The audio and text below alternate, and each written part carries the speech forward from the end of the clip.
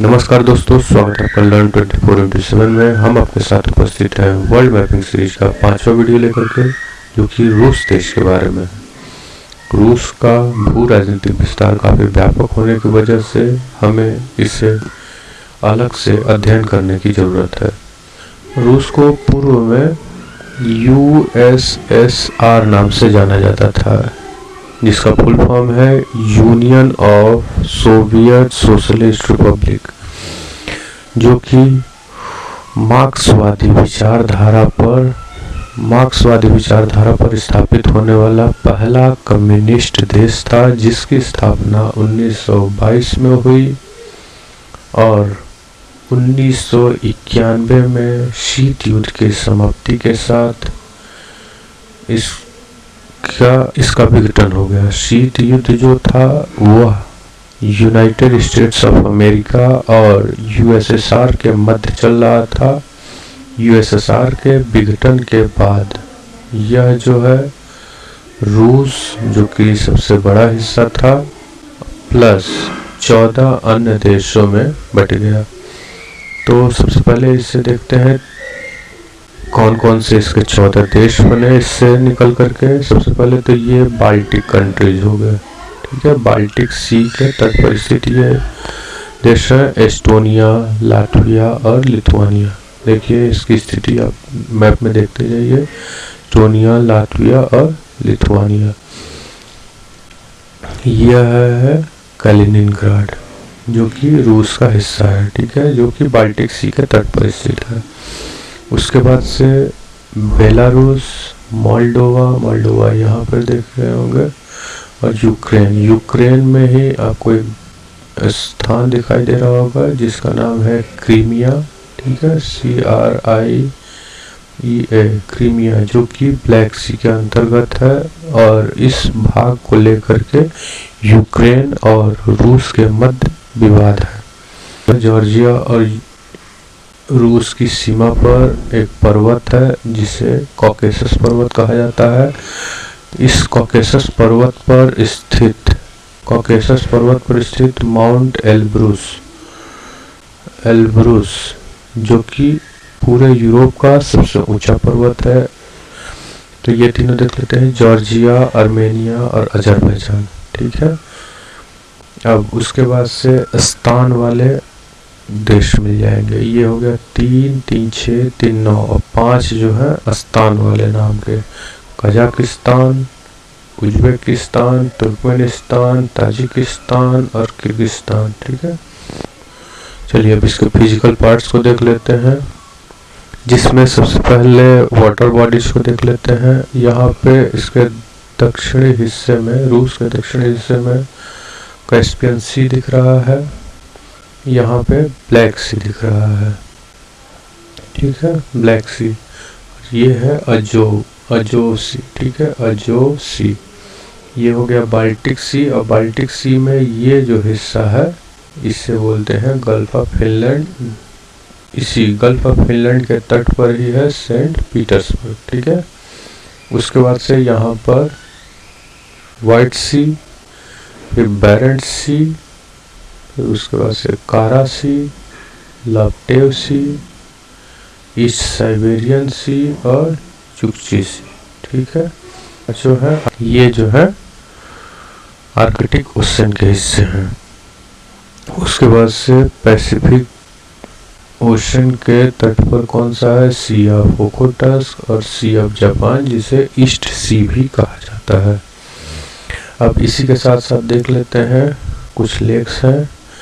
Lake Baikal, जो विश्व की सबसे गहरी झील है, ठीक है। उसके बाद से यहाँ पर 2 लेक मिलते हैं, कौन कौन सा, ये वाला जो लेक है इसे बोलते हैं लेक लाडोगा, ठीक है, और ये वाला जो लेक है इसे बोलते हैं लेक ओनेगा, ठीक है। इन दोनों को कौन सी नदी जोड़ती है, स्वीर नदी, ठीक है, स्वीर नदी इन दोनों को जोड़ती है। अब इसके साथ साथ अब जो है कुछ नदियों के बारे में देख लेते हैं।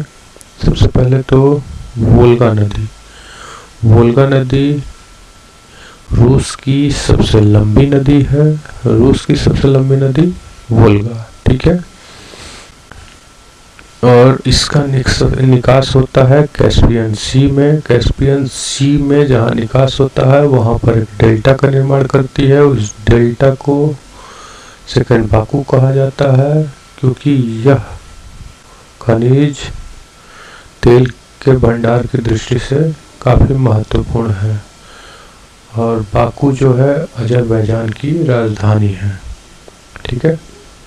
इसमें है सबसे पहले तो ये डवीना, इसका निकास होता है वाइट सी के समीप, जो कि आर्कटिक ओशन का हिस्सा है। फिर ओब नदी, फिर येनिसी नदी, लीना नदी, फिर यहीं पर इंडिगिरका नदी है, ठीक है, इंडिगिरका नदी।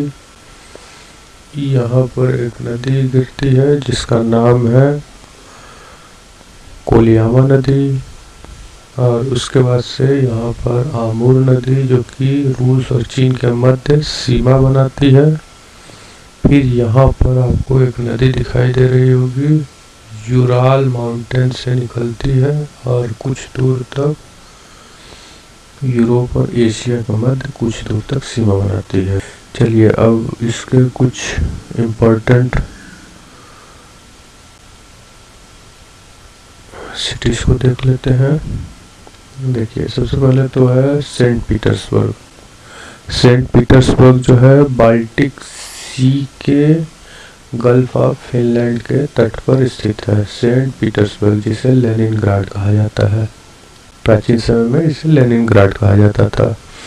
यह जो है ट्रांस साइबेरियन रेलवे जो चलता है, विश्व का सबसे लंबा रेल मार्ग ट्रांस साइबेरियन रेलवे, इसका पश्चिमी जंक्शन है।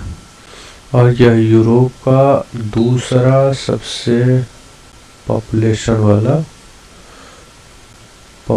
वाला सिटी भी है। यह जलयान उद्योग के लिए महत्वपूर्ण है। दूसरा सबसे महत्वपूर्ण स्थान है मॉस्को।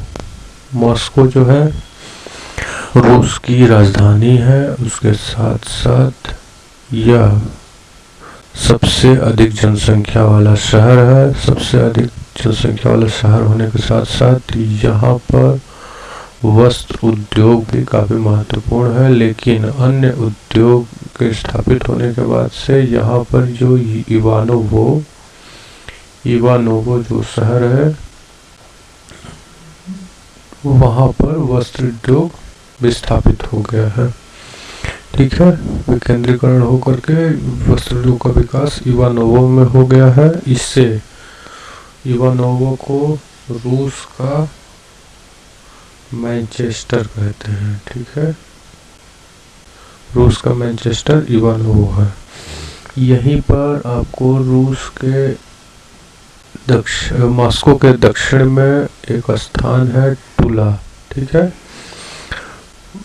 ये जो बेल्ट है मॉस्को टूला बेल्ट जो है, यह लिग्नाइट कोल के भंडार के लिए काफ़ी प्रसिद्ध है, ठीक है। लिग्नाइट कोल के भंडार की दृष्टि से काफ़ी प्रसिद्ध है।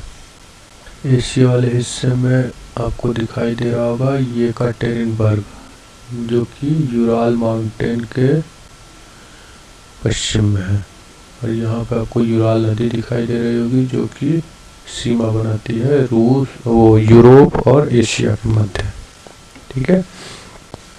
अब येकाटेरिनबर्ग क्यों प्रसिद्ध है? येकाटेरिनबर्ग जो है, यहाँ पर लौह इस्पात और भारी इंजीनियरिंग उद्योग का काफ़ी विकास हुआ है। और इसके साथ साथ यह ट्रांस साइबेरियन रेलवे का एक जंक्शन भी है।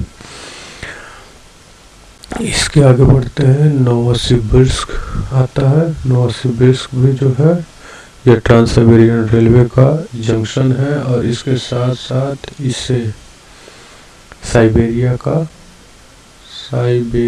का शिकागो भी कहते हैं, ठीक है। साइबेरिया का शिकागो किसको कहते हैं? नोवोसिबिर्स्क को, ठीक है। यह TSR का ट्रांस साइबेरियन रेलवे का एक जंक्शन है। अब यहाँ पर आगे बढ़ते हैं तो यहाँ पर हमको दिखाई दे रहा है लेक बैकाल। लेक बैकाल के ही तट पर स्थित है इरकुत्स्क,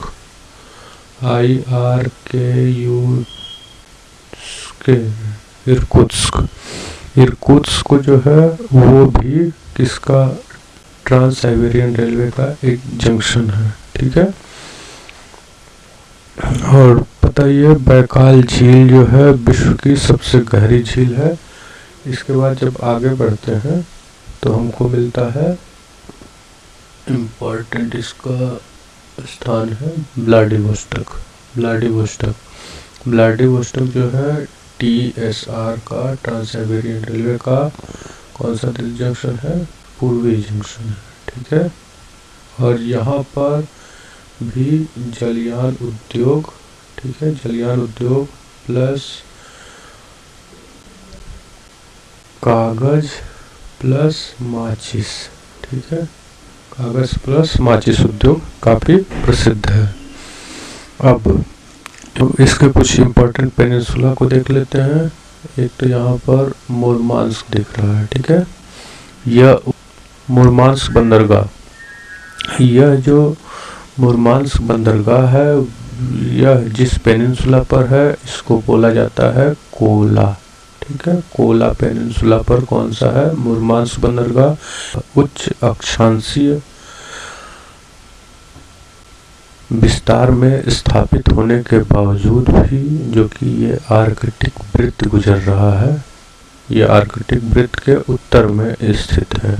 मतलब उच्च अक्षांशीय विस्तार में स्थित होने के बावजूद भी यह वर्ष भर चलता रहता है क्योंकि यहाँ पर गर्म जलधाराओं का प्रभाव होता है, ठीक है। उसके बाद से है नोवाया जेमलिया।